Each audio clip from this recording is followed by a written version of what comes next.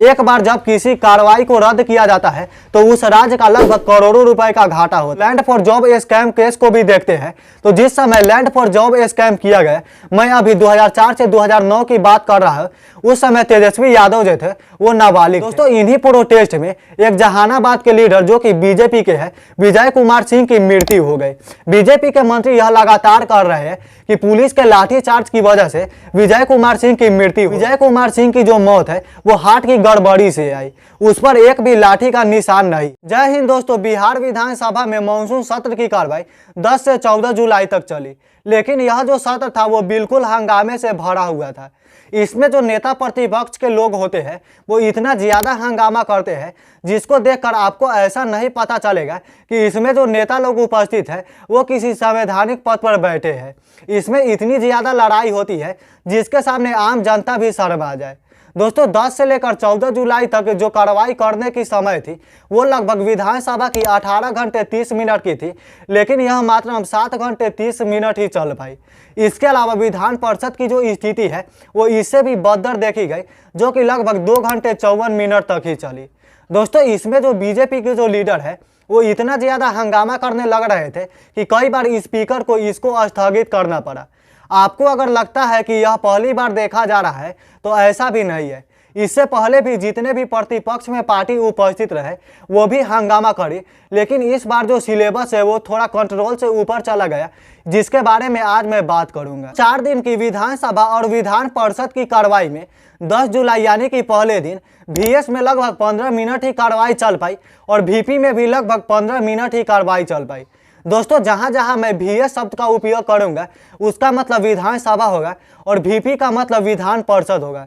दूसरे दिन VS की कार्रवाई लगभग 18 मिनट और VP की कार्रवाई लगभग 17 मिनट तक चली।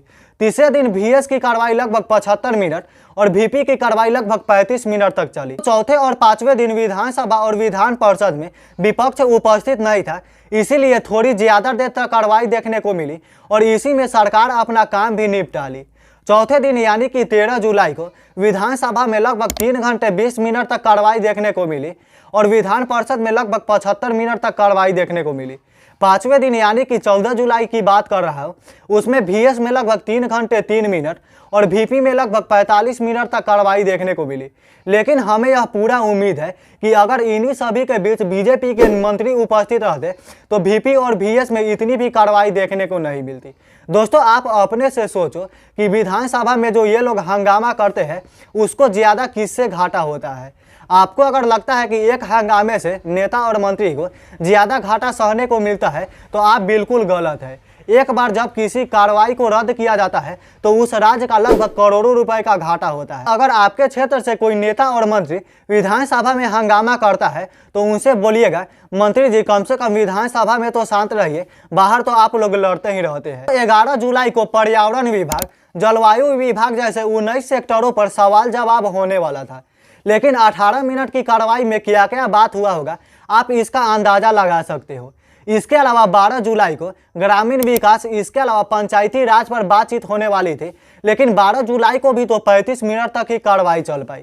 13 और 14 जुलाई को चूंकि VS और VP में विपक्ष उपस्थित नहीं था, इसीलिए इसमें थोड़ी ज्यादा देर तक कार्रवाई देखने को मिली। दोस्तों विधानसभा और विधान परिषद में मिलाकर कुल 1029 सवालों पर चर्चा होने वाली थी, लेकिन विपक्ष इतना ज्यादा हंगामा करने लगा कि विधानसभा में मात्र 19 सवाल ही पूछे गए और विधान परिषद में मात्र 33 सवाल ही पूछे गए।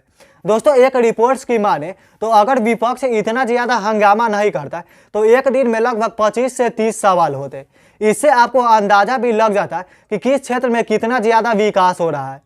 लेकिन नेताओं के हंगामा की वजह से जनता के सवालों को कैसे उड़ा दिया जा रहा है, इसका अंदाजा आप बिहार की विधानसभा की हालत देखकर समझ सकते हो। तो बिहार सरकार ने बिहार माल सेवा कर विधेयक और बिहार विनियोग विधेयक 2023 को पारित करा लिया। वित्त मंत्री विजय कुमार चौधरी ने 2023-24 बजट का पहला अनुरूप पेश किया, जिसकी कीमत लगभग 43,775 करोड़ है। इन पर बिना चर्चा किए हुए ही उनको मंजूरी मिल गई। बीजेपी के जो लीडर है वो ज्यादातर 2 चीजों को लेकर हंगामा कर रहे हैं। पहले तेजस्वी यादव का इस्तीफा। आपको यदि याद हो तो लैंड फॉर जॉब स्कैम मामले में CBI की नई चार्जशीट पेश करी है, जिसमें कि तेजस्वी यादव का भी नाम है। बीजेपी के लीडर यह कह रहे हैं कि चूंकि तेजस्वी यादव पर भ्रष्टाचार का आरोप है, इसीलिए वो अपने पद से इस्तीफा दे दे। इसके अलावा एक बीजेपी के लीडर विजय कुमार सिन्हा नीतीश कुमार पर यह एलिगेशन लगा रहे हैं और यह बता रहे हैं कि उन पर भ्रष्टाचार के साथ समझौता करने का आरोप है। लेकिन दोस्तों, दूसरी तरफ आरजेडी की जो सरकार है वो यह बोल रही है कि केंद्र में जो बीजेपी की सरकार उपस्थित है वो अपने पॉलिटिकल फायदे के लिए सीबीआई और ईडी का दुरुपयोग कर रही है। अगर हम इस केस को land for job scam case को भी देखते हैं तो जिस समय लैंड फॉर जॉब स्कैम किया गया, मैं अभी 2004 से 2009 की बात कर रहा हूँ, उस समय तेजस्वी यादव जो थे वो नाबालिग थे, ऐसा आरजेडी का एलिगेशन लगाना है। बीजेपी का जो दूसरा हंगामा का कारण है वो नई शिक्षा रूल और रेगुलेशन के खिलाफ है। आपको यदि याद हो तो टीचर्स के लिए बिहार सरकार ने 1,70,000 की बम्पर वैकेंसी पास करी है, लेकिन इसमें नई शिक्षा नियमावली के अंतर्गत किसी भी राज्य के जो अभ्यर्थी है वो इसमें अप्लीकेंट कर सकते हैं। इसीलिए बीजेपी के जो लीडर है वो इसके लिए प्रोटेस्ट कर रहे हैं। इसके अलावा तीसरा कारण यह है कि 10 लाख नौकरी को अभी नहीं दे पाए। ऐसे 3 मेजर कारण हैं जिसके लिए बीजेपी के नेता हंगामा कर रहे हैं। ऐसे तो बहुत ऐसे कारण हैं, लेकिन यह 3 मेजर कारण है जो कि बहुत ज़्यादा इंपॉर्टेंट है और आपको जानना जरूरी है। 13 जुलाई को इन्हीं सभी सवालों को लेकर बीजेपी के जो बहुत सारे लीडर हैं वो पटना में प्रोटेस्ट करी थी, जिसमें कि पुलिस ने लाठीचार्ज कर दिया था। पुलिस का यह कहना है कि पहले हमने उन्हें रोकने के लिए आंसू गैस का उपयोग किया, लेकिन वो नहीं माने। पुलिस का यह भी कहना है कि प्रोटेस्टरों को प्रोटेस्ट करने के लिए गर्दनी बाग का जो इलाका है उसे निर्धारित कर दिया गया था, लेकिन वहां जो उपस्थित प्रोटेस्टर है वो कई बार मनाने के बाद भी नहीं माने और विधानसभा की ओर बढ़ने लगे। चूंकि विधानसभा के इलाके में धारा 144 लगा हुआ है, जिसके कारण प्रोटेस्ट करना अलाउ नहीं है, लेकिन इसमें जो उपस्थित प्रोटेस्टर थे वो धारा 144 का उल्लंघन करी और यहाँ पर प्रोटेस्ट करने लगे, जिसके कारण मजबूरी में आकर हमें लाठीचार्ज करना पड़ा। दोस्तों, इन्हीं प्रोटेस्ट में एक जहानाबाद के लीडर जो कि बीजेपी के हैं, विजय कुमार सिंह की मृत्यु हो गई। बीजेपी के मंत्री यह लगातार कर रहे हैं कि पुलिस के लाठीचार्ज की वजह से विजय कुमार सिंह की मृत्यु हो गई, लेकिन पुलिस का यह कहना है कि विजय कुमार सिंह जो है वो प्रोटेस्ट में शामिल भी नहीं हुए, तो उन पर मैं लाठीचार्ज कैसे कर दिया। दोस्तों, इस मामले में एक पोस्टमार्टम रिपोर्ट भी आया जिसमें यह साफ पता चल रहा है विजय कुमार सिंह की जो मौत है वो हार्ट की गड़बड़ी से आई, उस पर एक भी लाठी का निशान नहीं है। दोस्तों, मौत के एक दिन बाद यानी कि 14 जुलाई 2023 को बीजेपी के जो जितने भी लीडर हैं वो ब्लैक डे के रूप में मना रहे थे।